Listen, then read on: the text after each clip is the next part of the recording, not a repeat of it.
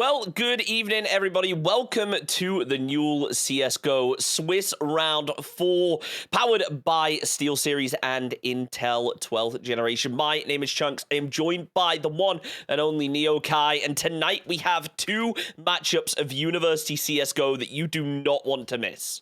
Yeah, this should be quite exciting now, right? It's the first week, we're getting things underway, and this is kind of the beautiful thing about Null, right? When you get things started, it's very hard to make early doors predictions. There's a complete change up. You see, the old guard of the experienced Null players who, take their step away, they finish university, move on into the real world.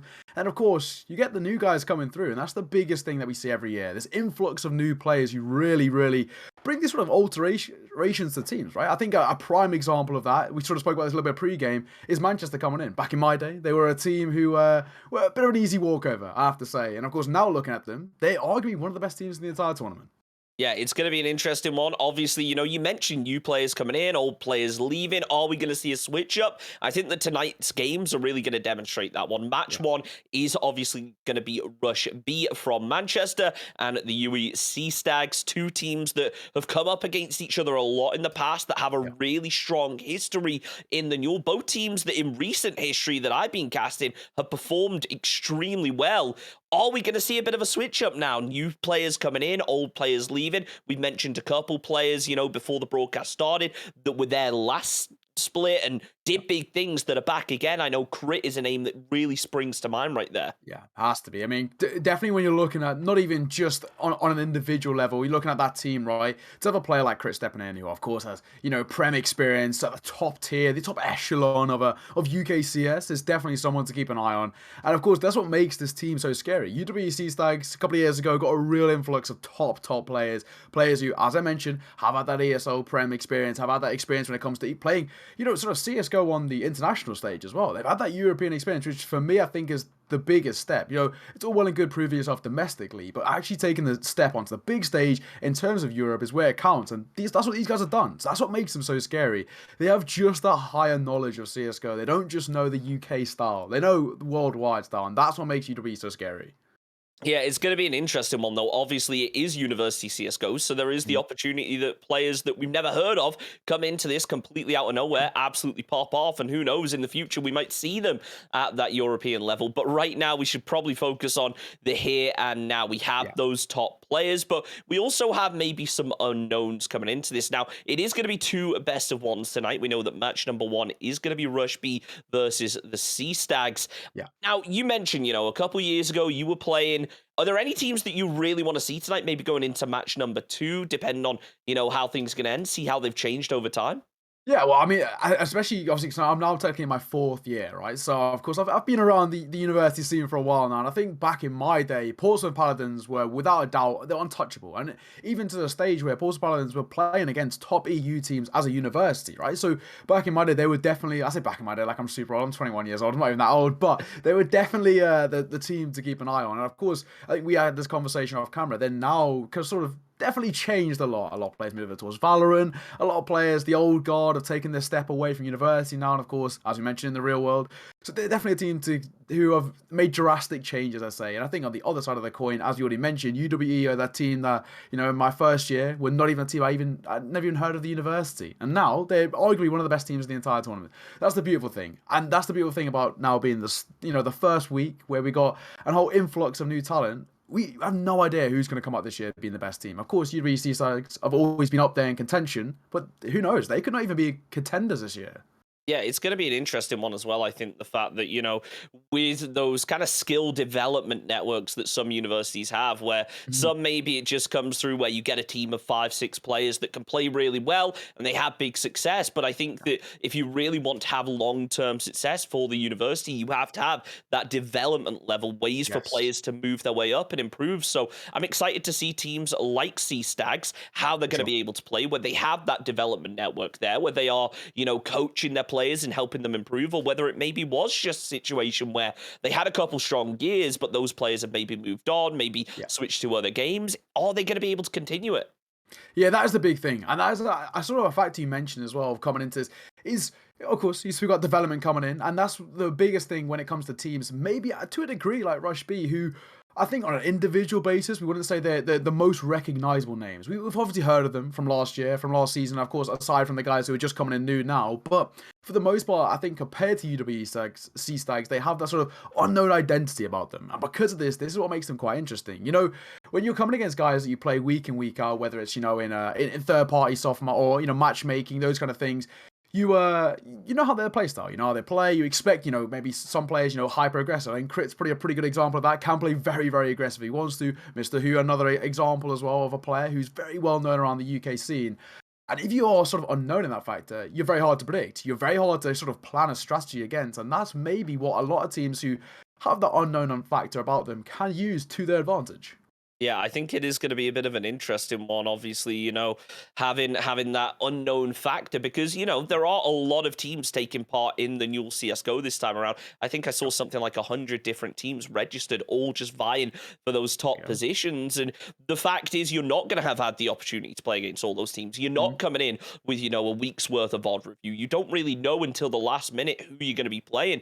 So there's that potential of it might just be a bit of luck to a certain extent of which Yeah. playstyle works better. You have those really puggy teams that play super aggressively, super frag heavy, and you have those more strategic teams that maybe slow things Sure. down, rely on their utility, that kind of thing. So I'm intrigued to see how that's going to have an effect, whether it is just Yeah. going to be random matchups to a certain extent, or whether maybe because, you know, Sea Stags and Rush B have both played against each other in the past, there is going to be a bit more of a methodical approach to the match.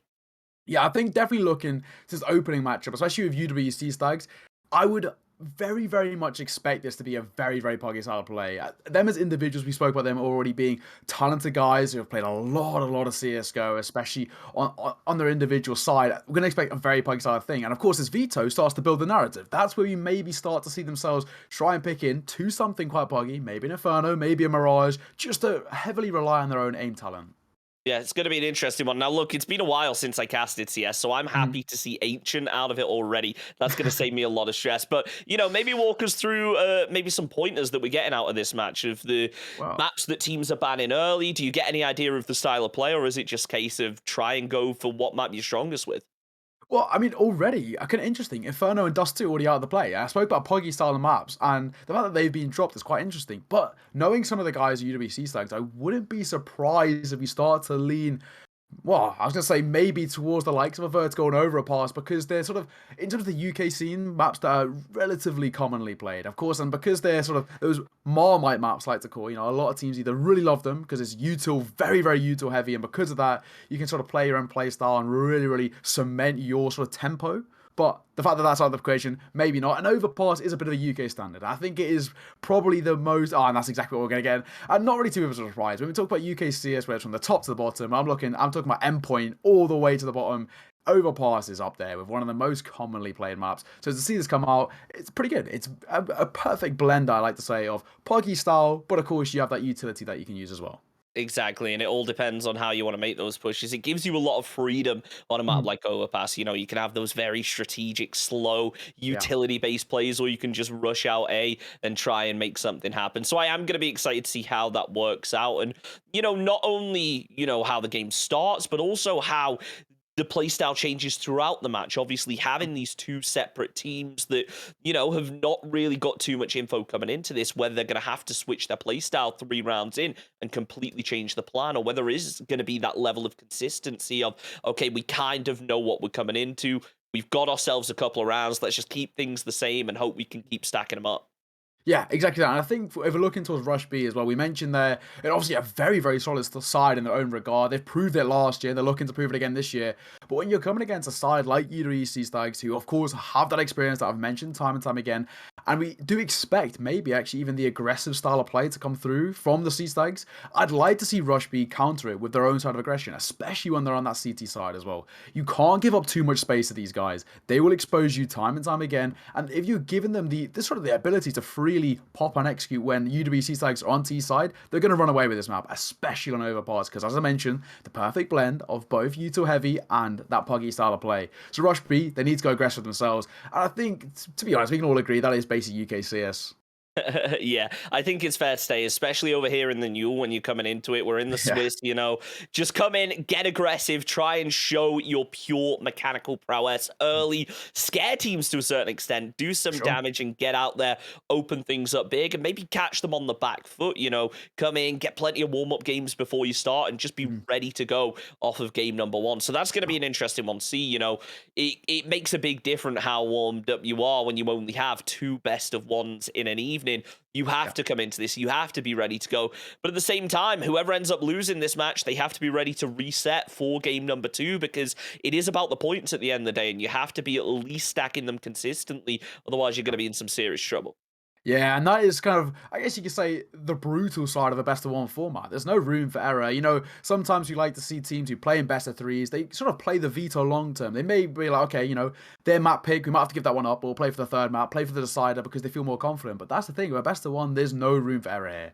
One, slip up, one bad performance, that's a map. And of course, as you mentioned, the main thing, the points long term, not falling in their place. And that's what we have to see here. And you spoke about it coming back for game two. But luckily, fortunately, we might have game one coming live soon, and this is where things get exciting. Week one of the new, I mean, I can't wait. Yeah, how about we just get into the game? It's the knife round over here on Overpass to start things out. It's the UEC Stags versus Rush B. And of course, the knife round is always absolute mayhem. Not really much you can gather out of it other than maybe what side teams are going to go for. Yeah, of course. I think it's a pretty standard thing, right? Get the knives on the way, try and go for that preferable side. But I think the kind of the beautiful thing about Overpass, I mean, of course, most maps have their side that you'd like to go and see. But for Overpass, we very, very confidently see teams dominate on T side. So it's not one of those maps, like, in my opinion, I say Ancient's one of the most CT-sided map, or Nuke, another one, very, very CT-sided in its own regard. Those ones, you always want to consistently get a CT side pick. But maybe it might even be tempting to go for a T side pick, and off the back of that, dictate tempo. Yeah, well, we'll find out. Round number one is underway. Rush B are going to be going for that CT side and C-Stags on the T side. I'm excited to see how C-Stags decide to play it because obviously with it being first round, first game, no real pressure on them. They get to dictate the pace of this match. If they want to get aggressive early, then that's going to be a good sign for them. Nave has got himself a little bit of info out of that one, but it was just a little pot shot, so I wouldn't expect too many pushes coming out here from the T side just yet.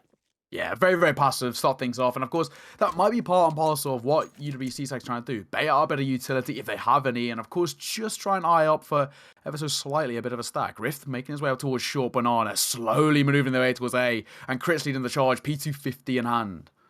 I like what they're doing here. You can tell that Rush B have an idea that there is going to be an A push from the way that they're stacked up, but they still had so many players over at B. It's all down to Nave as the final player over on the A site, but it looks like C-Stags are going to be able to get the revive. Angus doing what he can to provide that pressure as he comes through bank. The rest of his team working with him. The bomb has gone down as Riv tries to remain in it. Can't find that head, though, as he just gets peppered low. The bomb's down, and it's not exactly favorable here for Rush B, but C-Stags have conceded a little bit of that control to the site. It might just work out in their favor as Riv opens up with two big headshots. Surely this is the chance that they needed to get themselves the defuse.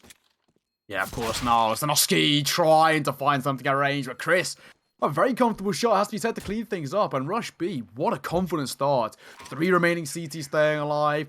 A defuse coming forward, long-term economy-wise, that's a very, very nice start. But I guess the priority for UWC Stags was getting that bomb down. Bomb down does guarantee them, or at least give them the opportunity to get somewhat of a full buy coming forward, which is exactly what we're seeing. The Glills come out, that 1 AK in the hands of Mr. Who, and of course supported by a Mac 10 and Deagle. Not the worst buy, but still going to be ever so slightly uncomfortable against those ever-buffed M4A1Ss. Exactly, and as we were saying, controlling the pace of the game, being able to get yourself some decent weapons early on and control the pace of how things are going to go. You can play a little bit more aggressive. Now you've got yourself some decent weapons as Nave is trying to do exactly that, just holding long, but he has been spotted out as it comes down to a bit of an aim battle. Nave does win it, lands the headshot onto Magic, but he realizes there are more players from C-Stag starting to make a push through. It's Mr. Hui just waiting back by the bathroom as it looks like C-Stags, after losing that player, maybe going to slow down a little bit. Yeah, they're taking a step off in. I do actually quite like this. When you're in a man disadvantage, you don't want to be too overzealous. Just try and find a little bit of information in your favor, which is exactly what Crit's seeing. The question is, will they clear Nave? They're slightly double stacked over to us long as well, because Pani can come in for that support swing to give them an opportunity for a trade, which makes things all the more uncomfortable. And for Rush B, since they've got the man advantage, all they have to do is play the trade game.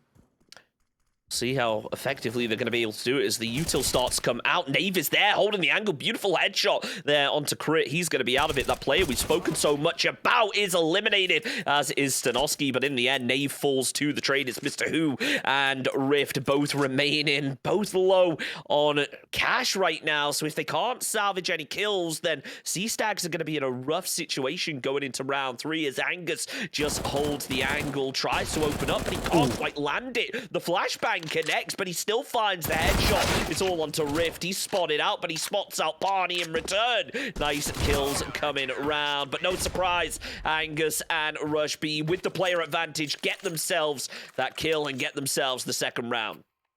Well, comfortable start to be said for Rush B. That was the real test, I guess you could say, for them at the current stage. Where full buy coming forward, or somewhat of a full buy coming forward from UW. C-Stags, they were always going to be tested to the full.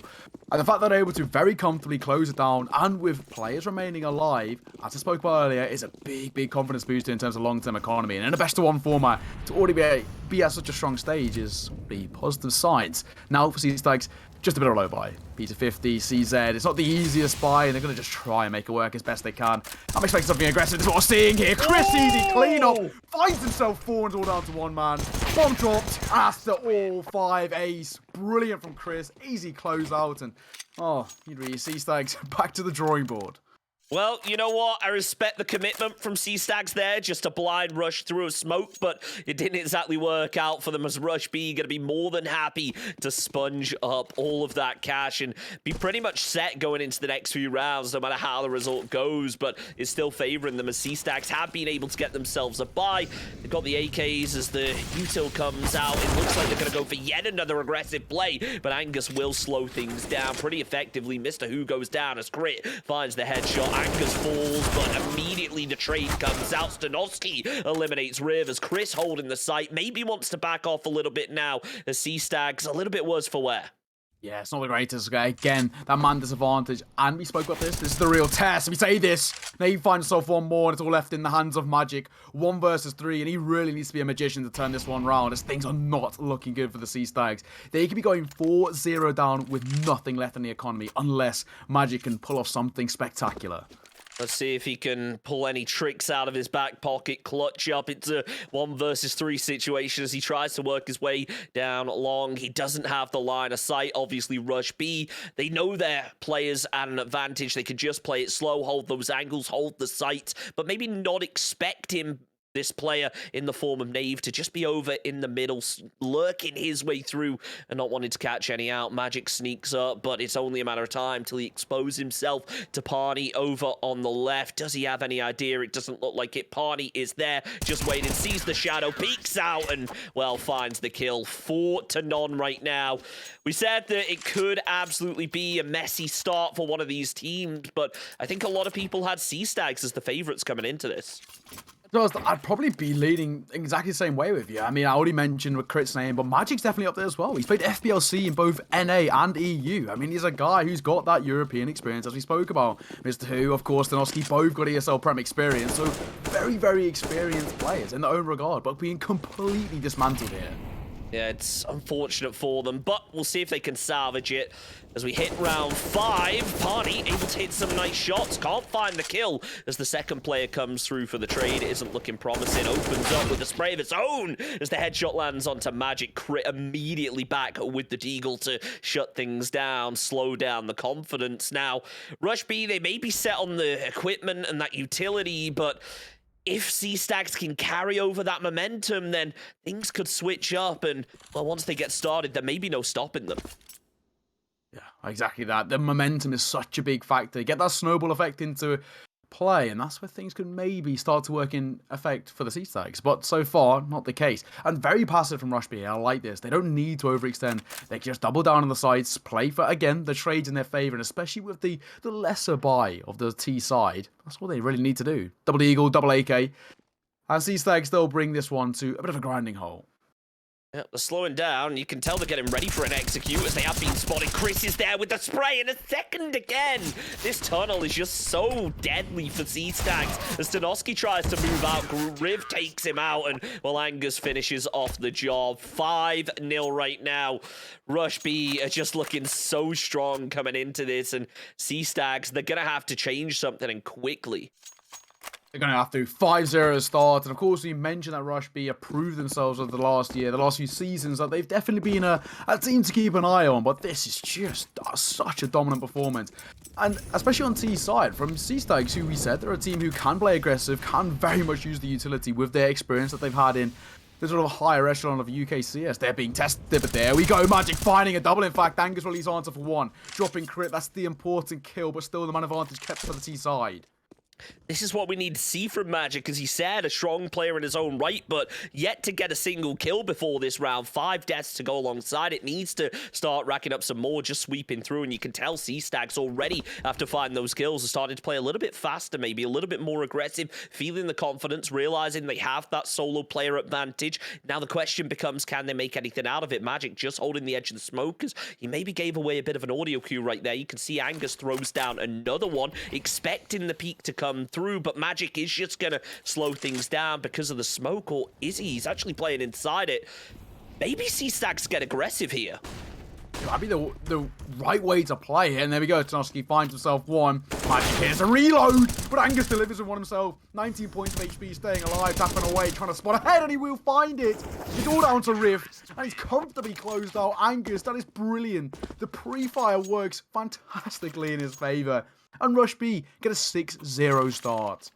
I can't help but ask myself, what is going on with C-Stags? Even when they had that advantage, when it looked like the round was theirs to lose, somehow Rush B just clutch it out, and just that individual gun skill clearly coming out strong. You can see C-Stags now forced to go on the eco, as it looks like they're just going to rush it, hope for the best. Flashbangs coming through, but unfortunately not going to connect, as well. Rush B, they're aware of this. They play slow. Nav in the bathroom, as it just seems like C-Stags, they're consolidated together. All it's going to take is Party to find that opening kill, almost finds a second, but crit there alongside Magic with the Tech 9 to slow things down. Riv opens up onto Magic for crit with a flashbang assist, gets Riv, and well, it's all over yet again, just in no time. Rush B cleaning up and rushing to the end of the half, seemingly.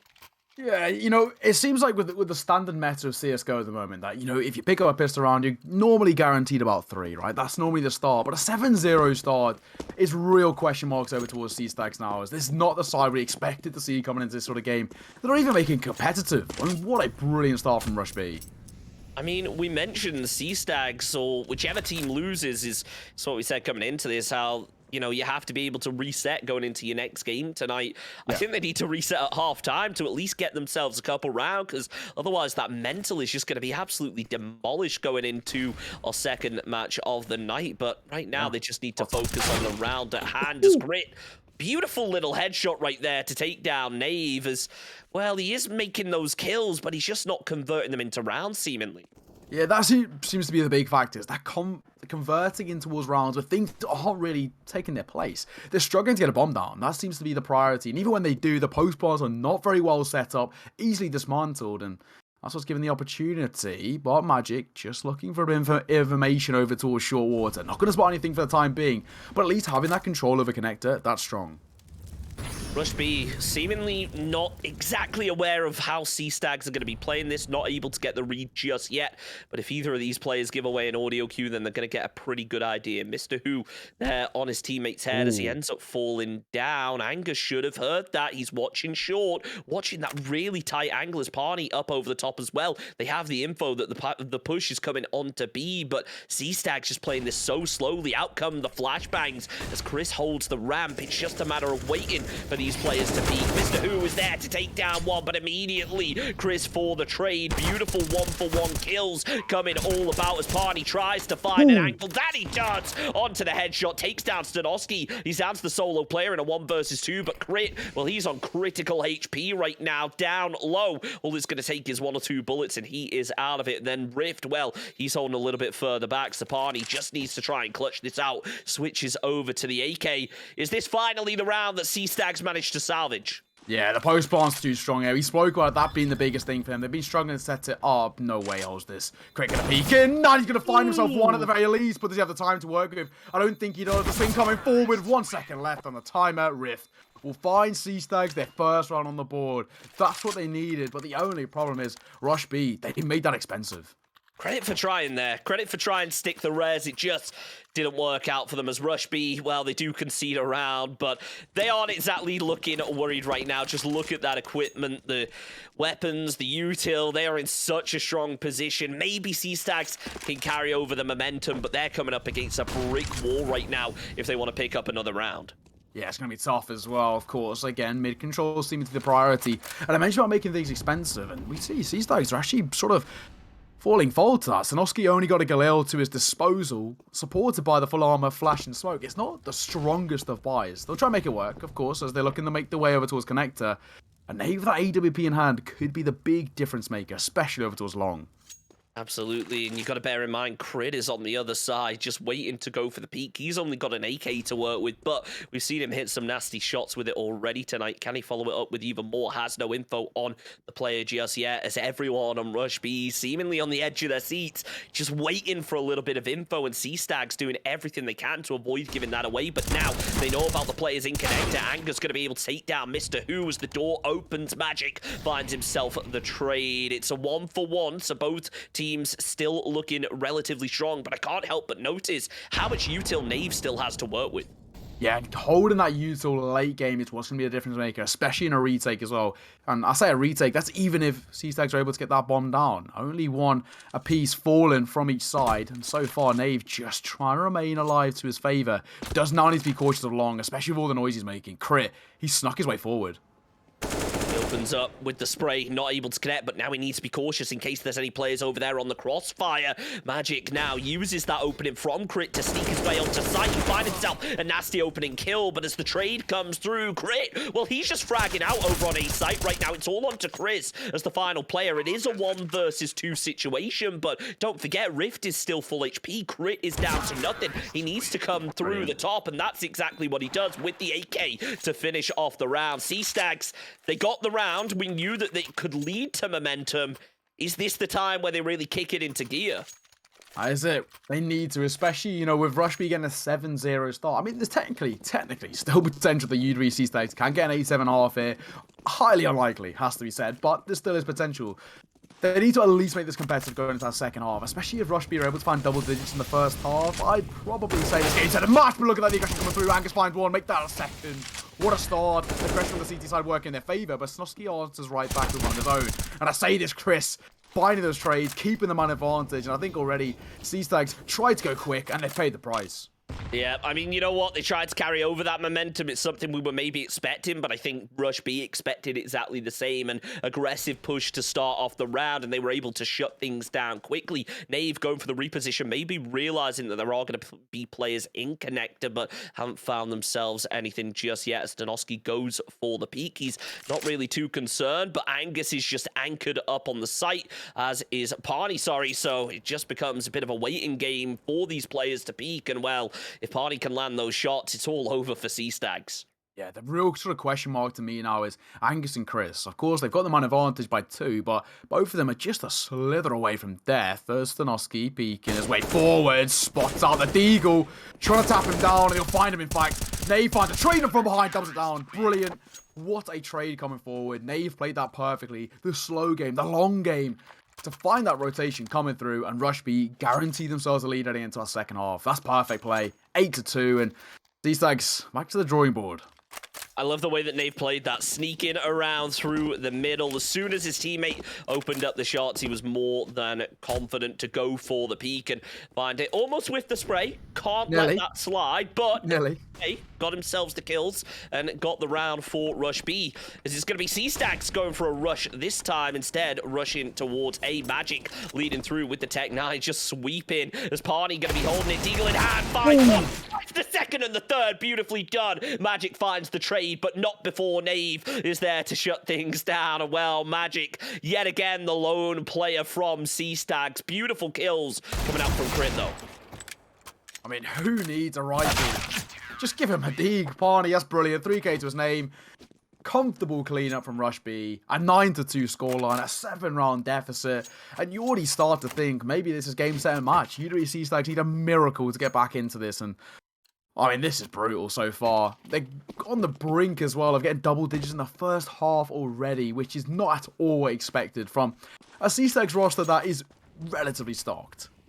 Yeah, I mean, it's unfortunate for them, but I think it'll maybe help them realize, look, it is University CSGO, but you can't let anything slip. I think a lot of people come into UniCS underestimating it at times, and well, when Barney is on top form like that, you can't underestimate anybody. Rush B already with an opening kill onto the round, putting themselves at an early advantage. Crit throws out the Molotov, but how much is he really going to be able to do from this position? It looks like Nave, though, getting tagged down low, has conceded a bit of that long control, and well, C-Stacks are starting to open up towards the site. Yeah, they're starting to make, I think, the right steps. Of course, a little bit of utility working in their favour. Nave down to low HP. Already a decent start with Party going for information. Spotter one at range. Needs to be careful himself. Dropped down to 16 points of HP. And this is where the question marks start to take place. As ever so slowly, the C-Stags make their way up long. Mr. Hui, oh, he almost got caught with the flash, but no, looks away just in time. The second one will connect, but so will his bullets. Down goes Angus as Nave tries to hold the trade. He does eliminate Rift, but not before Stanovsky is able to trade out that fire and now hopefully get down the bomb. It's 3 versus 3, but Parney is down to no HP. All it's going to take is 1 HE grenade, and he's going to be out of it. Mr. Hui moves back, and that could be to his detriment. You've got to realize Parney, he was low. He's getting ready to peek that crit. He catches Chris on the peak as Parney tries to move through. He's not really in a position to get the defuse as Mr. Hui starts to swing round. All it would have taken is 1 or 2 shots, but as Riv opens things up, well, things are looking worrying for the Sea-Stags. They are trying to make their way forward into a short. Stanovsky finds off 1, but no way. He picked up the defuse. They didn't swing on towards the second, and just like that, with a slither of HP, Rush B find double digits. That is crazy. The flash was perfect. Both of the CTs on site, full blind, 1 on the defuse, but with just a shred of health. All it took was a stray bullet. I mean, a big sneeze would have dropped him out of the game. But Rush B find a 10th, and an 8-round lead. I think this game is pretty much done.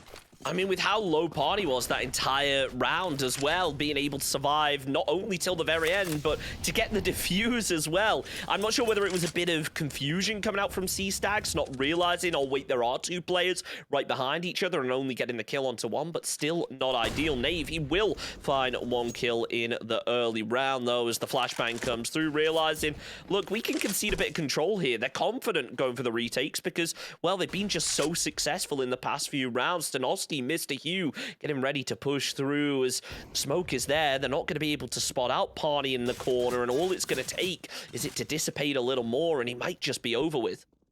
Yeah, of course, another brilliant angle there. Opening kills going the way, and the orb doubling down. In fact, it's just a comfortable cleanup over towards A. Rift now left all alone. A 1 versus 5, and he doesn't have it in him. A flawless round for Rush B, and the biggest factor that has to be said, it was a flawless round against a full buy. C-Stags, their biggest fault is they're just playing as individuals. There's no team synergy at all. 1 by 1 peeking, giving away too much information and too much space to Rush B, which they're completely exposing. 11-2, and this is just such a stunning performance from the CT side. I'm just trying to figure out what's going on with C-Stags right now. Is Overpass the CT-sided map, maybe? Is there anything they can do going into the next half to maybe salvage things? It's going to be a hell of a challenge ahead of them as Rift just holding B short. Angus looking out towards Monster, expecting players to peek as he throws down the smokes, maybe getting an idea now as the bullets come through of where those players are. Don't forget, though, the bomb is still all the way back as Crit opens up. It may lead to a bit of a hint that C-Stags are doing a B fake and heading for the A execute, but no, as the bomb comes round, it looks like they will commit onto it. Yeah, I think that's exactly what we're going to see. Angus finds himself 1 more. Of course, now back to the 4 versus 4. Already, hang on a second. A bit of information spotted. And actually, Angus just ever so slightly overextending. But I like this from Chris. Getting a bit more information in his favor. Trying to get some map control, but of course, could be isolated here. Now needs to be wary of not only long, but of course, short water. Drops a smoke in behind. Trying to play things slow to allow for at least time for the rotation to come through. But actually, the T side, they themselves, they've come to a grinding hold. But I say this, the trade comes forward. There we go, 1 versus 3. And I think this may be finally another round for the C-Stags. Yeah, Parney now is the final player left up. Look, we've seen him clutch out earlier. Let's see if he can do it again, as the player will be going for that plant. The Molotov comes right over the top, does the damage now in a 1 versus 3, making a 1 versus 2. As Stanoski falls, goes to the peak, realizes where the player's going to be, but it's just not enough, as Mr. Hui there with the headshot finishes off Parney. And sure, C-Stacks, they get themselves a 3rd round, but even if the momentum starts now, we're going into halftime, and well, everything could change at that point. Well, I mean, what a half. This is not what I expected at all. I mean, I expected it to at least be somewhat, on the same page, these two sides, but 11-3, I mean, that is just dominant. And if Rush B find 12 here, that could make things all but less done and dusted. Again, Galil coming forward, of course, Fam has to match it in the side of Riv, as they're making their way tentatively over towards his A side. Flashbang comes out as they try to defend B, maybe not realizing just how aggressive AUE are getting towards A. As Mr. Hui there actually opens up with something onto Riv. This may cause a bit of indecisiveness, as you can see the bomb is all the way back over at the entrance to Connector. They're both trying to find an opening onto either site, as it looks like Rush B are all but committed on 2B. Dave goes down, so maybe have to rethink their positioning, but so many of the players are committed onto a position. All it's going to take is one more kill, and well, things might just change. Parney is going to be all the way over at A as Angus falls. Chris is there for the trade, but it is a 4 versus 2, and well, while the round has gone in their advantage so far, can they keep that momentum in the second half? Exactly. And of course, now down to the last 2. I'm not going to count them out, but it's going to be a tough task to say the absolute least, because Parney and Chris really need to put up something special, and Parney just playing time. Nice angle for him. We'll spot out 1. But of course, big trade coming forward. It's all down to 1 man. Chris in a 1 versus 2. Low HP, but the trade comes forward. 11-4 off. And Rush B, regardless of how you put that, complete dominance. Yeah, no other way to put it. Rush B just having an amazing half right there, taking 11 rounds to 4. Really good to see. Now the question becomes, C-Stacks, can you change things? Can you improve things on the CT side? Is there maybe going to be a change in strategy? Are they going to have a bit more confidence? Because it just seems like right now it's all over the place for them. Yeah, spot on. There definitely needs to be, right? There's just no sort of coercion, no synergy coming out from C-Stacks. But of course, now on CT side is where it's needed most. But I say this, Stanoski peeking in towards mid, getting a bit of information, and very smartly just falling away, waiting for the rotation. Yeah, I like what they did, and obviously committed that many players over to B in case of the rush, but as Stanoski got the info that there are players at A, they immediately go and backfill. Can't help but notice, though, Rift is playing Connector, expecting maybe a bit of a rotate to come out from Rush B, and that looks to be the case as well. We thought they were going to push over towards A, but immediately coming to Connector, now ready to come to blows, potentially, against Rift, holding that angle, and that's exactly what happens. Headshots found, left, right, center. Magic gets a trade as Nave does the same. 2 players now remain from Rush B. Make it 1 as Angus the solo with the Glock. Can he land the headshot? Yes, he can, but Crit is there for the trade. C-Stacks, well, they started the momentum on the T side. Maybe, just maybe, they're going to carry it over. It's needed. They need to at least get off to a good start here. And of course, that's the perfect way to get things started. And the biggest factor of that is that they deny Rush B from getting that bomb down, which means for them, as we see, it's going to be a very mediocre buy, to say the least. Just that 1 P250 coming in, or 2, may I say, to support the Glocks. It's nothing really too special. And of course, flashbang in towards mid will allow Magic all the space to work with. Won't spot out anything as, well, for Rush B, the priority here is getting a bomb down. Will they be able to is the big task and the big ask, but it's going to be unlikely. And it'll put them in such a good position if they do, being able to get that economy going into round 3 and, maybe salvage a buy of some sort. We'll see, though, as Parney actually goes for the cross. He isn't going to be spotted out. Crit, though, as he plays a little bit further back, he's going to be able to see a couple. Has the M4 in hand, popping that tap fire over, but no kills coming of it. Only a little bit of damage onto Angus. He's going to be forced to move back. Ooh. Mr. Hui there, watching the crossfire, and it works out beautifully. Finds 3 as Crit, well, he goes the repeat and cleans up the last 2. C-Stacks, well, things are starting to look promising for them. Yeah, already a nice start, has to be said. Maybe slightly expected in that round, especially since the big variations in terms of firepower, but that's really nice. C-Stacks started to find a bit of comfortability, started to cement their feet in this ground, and of course the question is, can they keep that snowball effect working? This is the real test though. The AK's coming forward, and this made Rush B one of them exactly that, Rush B.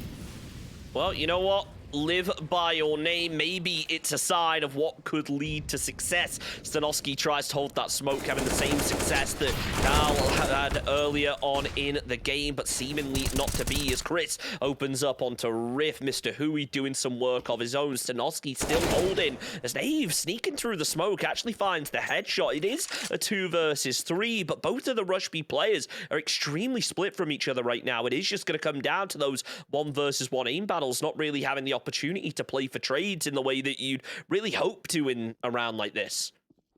Of course, exactly that. Magic make his way forward. Oh, Nave, beautiful shot. Heard the sound cue. That's all he needed. Now, of course, the biggest factor is look at the control he has. But not only that, he's baiting a rotation.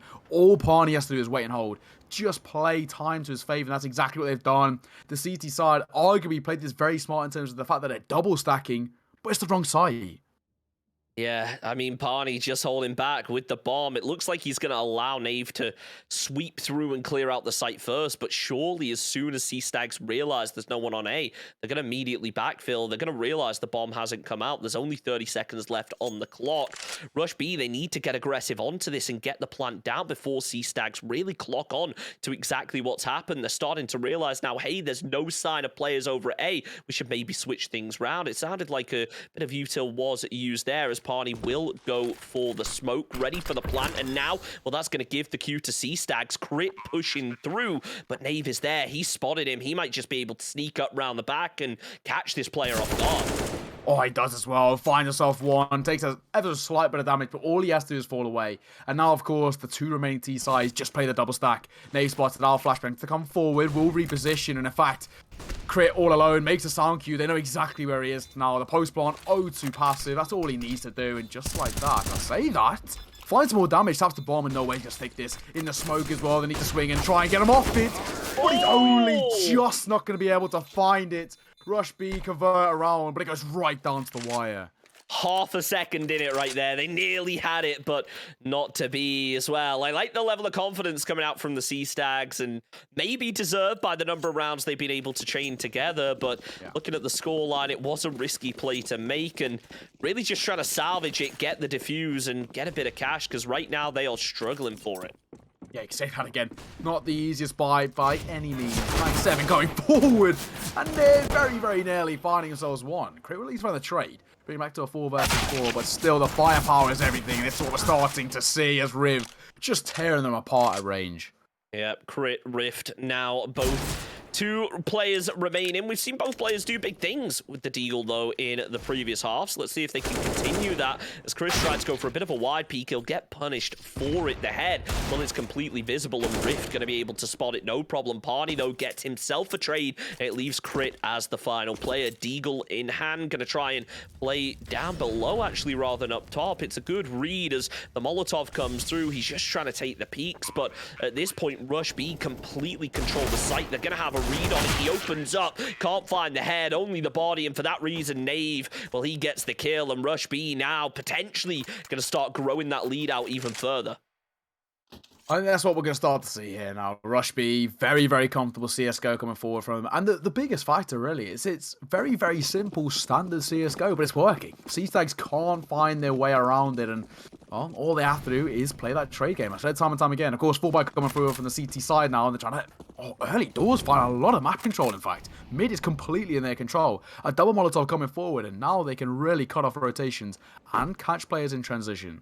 This is really nice to see from the C-Stags as Rush B. I'm not sure whether this was intentional, whether it's a bit of miscommunication onto what exactly they're going to be taking a fight onto, but now they're pretty much surrounded. If, for instance, you know, Stanoski decides to get aggressive and move around, then they're going to be pinched. I maybe speak too soon, though, because Nave was able to find a beautiful little headshot there to eliminate Magic. The man advantage goes the way of Rush B, but as Rift starts to clear through, they slowly start to claw back that zone control. Well, already, Nave just staying alive. Mr. Who as well on the big flank. He's getting a lot of information in his favor, and of course, at the back of that, can call for early rotation. The question is, how far does he go? Spots one!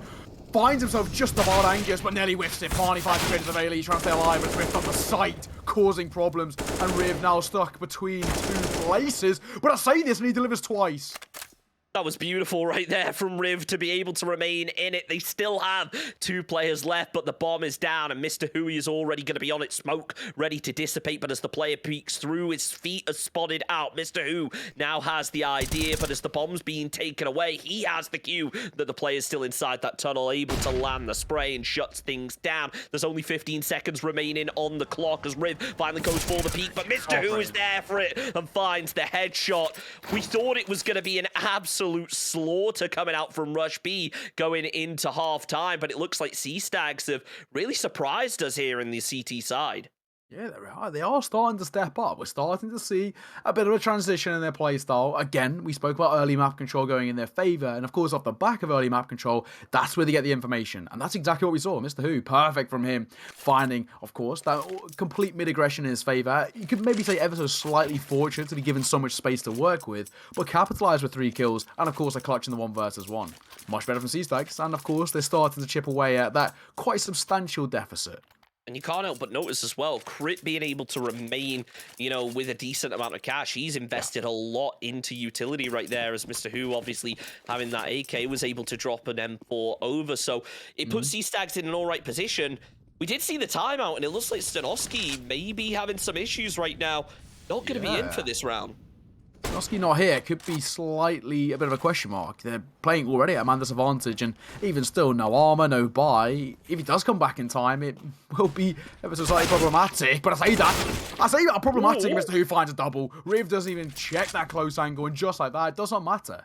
And Crit follows up with another as well, so maybe being at a man disadvantage isn't so bad for them after all. Stanovsky is back in it. He is going to be making a move down, but it's all down to Parney and Nave. And we spoke about the CT side and their, equipment and economy, but I think we forgot to mention the fact that the T side right now, they are at the bare minimum in serious trouble if they don't, salvage some kills or even the round at this point. Yeah, that is the biggest thing. They need to at least make this expensive. For Rush B, it's a tough situation, especially when you look at their long-term economy not being great. But that's another one for Mr. Who's bank as well. He's been brilliant so far, but all we traded out is Nave left all alone, and an ace needed to clutch out this round. Yep, Nave actually on track to maybe do so. He's already found himself 2 frags this round. Can he follow it up with the 3rd? Knife in hand, he's spotted.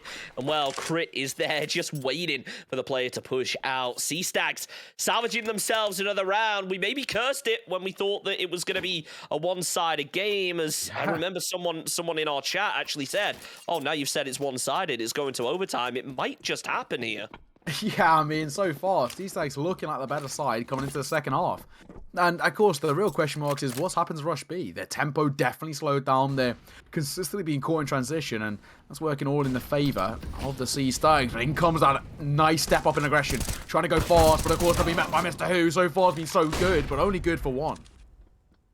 As Nave finds the trade, Magic forced to concede a little bit of that control and move back. You don't want to be, getting pushed from 2 angles by the AWP as Rush B do consolidate. It looks like they maybe want to switch things up towards a B push, as you can see the player just waiting. Nave getting ready to go for the peek. Peeks out, but smokes are there as well. Rift a little bit on the edge of his seat right now, just waiting for those players to push, but little does he know Rush B have decided to actually move back, and well, they're moving as a unit. This could work out really well with the AWP being the player who's watching that long angle.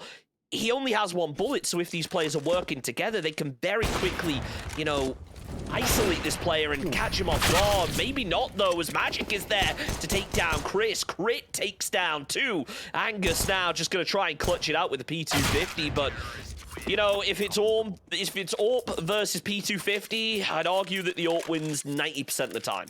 Yeah, literally. He was trying to go for the Jiggle P to try and bait out the AWP shot on Magic. He's never going to fall into that. We spoke about his experiences on an individual level, and that's light work for him. Exactly what we see. Double down, and Magic, who's been, surprisingly a bit of a quiet factor today, steps up when needed most. UWC Stags, they find themselves in 9th and on the brink of double digits, making this all the more competitive game. Magic again going for that peek into the middle. Caught by the flash. Pop shot not going to connect, but at least got information roughly. That's what the T side are planning. Well, now, as things seemed like they were going to pop off early, looks like maybe the opposite. Rush B still tried to get themselves a little bit more control, as Angus there tries to land himself a bit of a spray, not too successful. Rift, though, alongside Crit, potentially ready to go for the boost. Thankfully not, and remaining in it because of it. Nave, he's found an opening, as I don't know how, but they've conceded so much control of A site, committing all of their players towards B. Mr. Hui does find the trade, but Nave is already there in bank now. He just has to wait and find an angle onto Crit, but no, the headshot's actually able to connect. So even though, you know, C-Stags gave up so much of that A control, they've now managed to regain it and in a really good position as Mr. Who starts to come up the back. He just needs to hope that Angus doesn't spot him, and the flashbang, well, is going to deny it, and the headshot's found because of it. Yeah, no, exactly that. And of course, now in a 2 versus 4, ever so slowly, the T side trying to creep their way up towards A. But of course, I don't think they're going to give them the luxury. Connecting control in their favor, rotations can be cut off pretty comfortably, and only 30 seconds left on the clock. I think C-Stags have read this really well. Yeah, Riv did spot out the player, tries to go for the pre-fire, but is going to need to get the bomb down. That's going to be made a whole lot harder as Party falls, but no, in the end, it's Mr. Hui to finish off the job. 13-10, things have really changed, and, well, we mentioned about momentum. Getting 1 or 2 rounds under your belt can be a huge confidence boost, but if you're the one conceding round after round, like Rush BR, well, it can have exactly the opposite effect. Precisely. That's what we're starting to see. It's a timeout call, and I think it's a very smart timeout, in fact, because at the moment, things really aren't looking too hot for Rush B. They've really taken their foot off the gas, and they've given, again, as you said, all the space over towards C-Stags. They're starting to very, very much dominate in terms of momentum. And I think this is part and parcel to a degree of UKCS, but these two sides, very, very momentum heavy, hence why the round differential is only 3. Yeah, it's interesting to see. Now the question becomes, can AUE carry on that momentum all the way across the finish line? As, I mean, it's going to be a tricky one, but it'll be made a whole lot easier by the fact that Rush B are all forced down to pistols right now. The HE grenade does connect. Not sure whether it really did too much damage, as Chris is down low. You can see Riv start to find an opening through the middle, but AUE just playing back at the site as they should be doing. Sure, they're not going for that flashy playstyle right now. They're just holding steadfast on the site, and when it comes to it, when it comes to those 1v2, 1v3 situations, they're making them count. They're finding 1 or 2 players and using that cover to their advantage. Spot on. And of course, a minute 10 to work with as Rush B have done quite the opposite. Really slowed down the tempo. Of course, not got the best buy by any means, so trying to just look for something. In fact, just a Deagle peeking above Dice, waiting for an opportunity, but I think Angus himself was spotted. Yeah, he tried to scout out as both players just jumping up, making some noise. 50 seconds now remain on the clock, and now you got to think the execute's going to come out. But as Nave falls, it maybe opens things up a little bit more for C-Stags. They've already found themselves an opening kill as Crit holds the crossfire, lands the headshot, and just in a matter of seconds, they completely shut down Rush B. Clearly, maybe the slow, methodical strategy is not what they would need to do. Maybe Rush B is exactly the strat that they should be pulling out. Yeah, I think in that sort of situation as well, especially when you got a low buy, just the pistols, step up the tempo, try and guarantee as much as you can to get a bomb plant. You want to try and overwhelm that CT side hold, and they weren't able to do that at all. Hence why it's now only a 2-round differential, and C-Stags could be in the driver's seat here to start running away with this game, but I tell you this, Angus finds a team kill, in fact. Nothing going the way of Sanoski, completely whiffing the spray, but staying alive. Will only be able to find a bit of damage as Rift and Crit come alive, and after arguably saying Sanoski's very lucky that he had the support of his teammates, because that could have been that B-side completely lost. But Rush B, they fall apart. So they've tried the slow A push. They've tried the Rush B send it in push. What else can they try? Because it seems like nothing is sticking. They're throwing everything they can, but C-Stags are just posted up. Maybe the CT side is just where both of these squads seemingly shine. And then when it comes to the T side, things just fall apart. This may end up going the distance right here as we hit round 26. They do play a little bit more split. Nave over towards A, but has conceded damage and now will likely start to move back. Of course, these 5 AKs lose this round, and for Rush B, that's that economy going to be completely shattered, unless, as I mentioned, they can get that bomb down, which even still seems like a big arse. Boost coming forward, Magic finds the first, brilliant start, Angus will at least find the trade, Flashbang coming forward, trying to give Chris a little bit of space to work with, but he's pinned in towards sandbags. Mr. Hui there for the kill, takes down Angus, nicely done. as they do manage to gain themselves that player advantage again. Stanoski just holding the tunnel as Chris, kind of in no man's land right now, realizes he needs to peek out, needs to find an opening. His whole team really relying on him right here. You'd almost hope that maybe Chris and Riv will just play together, peek out, go for the trades, but it opens them up to a big spray right there. Chris goes out first, though, finds himself the kill onto Crit as Rift takes down 2. Stanoski finishes up the job. It's 13-13. How things have changed from that first half where it just looks so one-sided to CSGO getting round after round consistently, now in exactly the opposite position to last half. You know, Overwatch one of those maps, you know, it's very easy to argue, it's CT-sided. No one's going to take that away from me, but not this CT-sided. Both sides been completely dominant when it comes to the CT side, and arguably completely useless when it comes to the T side, which is quite surprising. We do see this as one of the more XQ style plays of maps, and well, we're not seeing any of that. Rush B struggling to find any space, struggling to find even a bomb plot that we spoke about was one of the biggest issues for CSGO in that first half. Both sides are feeling the effects. And what we're seeing now is a 13-13 scoreline with CSGO in the driver's seat, momentum completely in their sails, and very, very close to closing out this best of one in their favour. I can't help but wonder now, what were these teams expecting coming into it? Were they expecting just a really puggy match where you go in, play for those really flashy plays and get the frags? Because it doesn't seem like we've had super organized execute so far tonight. Magic, though, lines up Chris beautifully as Mr. Ho. Oh, beautifully there with the 3K. Shuts things down, but Angus gets the trade as the final player left up. CSGO's just gaining more and more momentum, now controlling the map. Angus maybe able to identify these players, take them in 1 versus 1 scenarios, but judging from the way that CSGO are playing, they're just going to post up, and well, as soon as the info gets given away onto 1, everyone from the squad is going to move in, swarm, and catch the player in the pinch. Yeah, again, Mr. Hoy always seems to be good for at least a few. Always seems to be that consistent factor, finding the multi-kills, and Angus that flash pop. He's giving away his position, giving away the ruse, and I think it's just a matter of time. 1 versus 3. Got to try and take down a double AK 1M player. When S does find himself the first. But is he wearing the flank? That's the biggest factor. I know he's not Crit. Bit of a whiff spray, but will connect in the end. As CSGO somehow, for the first time, after completely fluffing their lines in that first half, are 14-3 up. And again, we're going to see Rush be called for a timeout. And I don't blame them.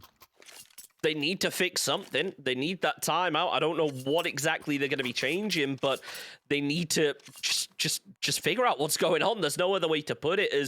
I mean, CSGO have just gained so many rounds in a row. It's the comeback of a century for them. Yeah. The question becomes now, can they get it across the line, or are things going to shut down? A Rush be one of those squads where, when they're backed into a corner, they can come out swinging. You can see now they have just full committed to the buy. They realize that if CSGO get themselves just 1 more round, then it's at least going to overtime, and that's not a situation Rush B want to be in. They bought everything they possibly can, and they realize that this is probably, to a certain extent, their final round. If it doesn't work out for them, then, well, CSGO might just take the game. They'll be forced into an eco next round. Nave, I don't get it. He just stood in the Molotov, tanked so much damage. Now in a 1 versus 1 fight up against Mr. Hoy.